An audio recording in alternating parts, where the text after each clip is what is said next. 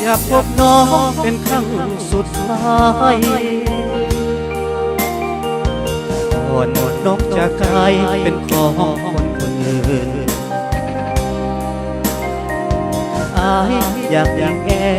เนบชิดอายอยากจุ่มพิษเสยสิ้นอยากอยู่อย่างอื่นเมื่อครั้งเราสองกันอายเฝ้าคิดถึงอยู่ทุกเวลาอยากพบแก้วตาจนหัวใจสั่นน้องคือขัดขวางเอาไว้หรือว่าใจน้องลืมนั่นหรือสิ่งสงสารจึงบอกมาพบดังเคยน้องคงเพื่อนกับคนหาใหม่มีสุขสมใจแล้วลือจึงเสยบอกยอมพบอาย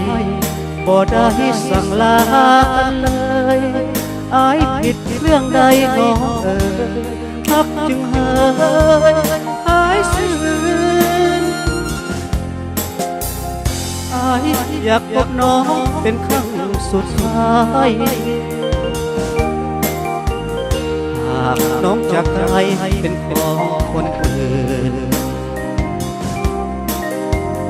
อายอยากบอกนางให้รู้ว่าอยู่อย่างทุกข์คมคืนหลับนอนคนเพิ่งห้ามใจที่คิดห่วงมา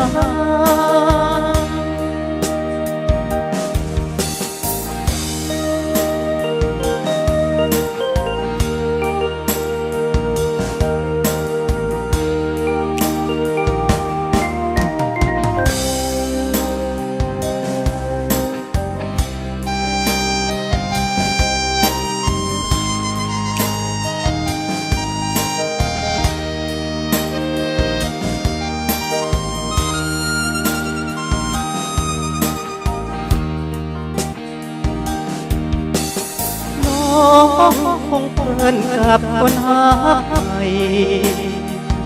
มีสุขสมใจแล้วลืมจึงเสยบอกยอมพบอายบ่ได้สั่งลาเลยอายผิดเรื่องใดน้องฮักจึงเสยหายซื่นอายอยากพบน้องเป็นครั้งสุดท้ายหากน้องจะกลายเป็นของคนอื่นอายอยากบอกนางให้รู้ว่าอยู่อย่างทุกข์คมคืนหลับนอนคนเพื่อนห้ามใจที่คิดห่วงหา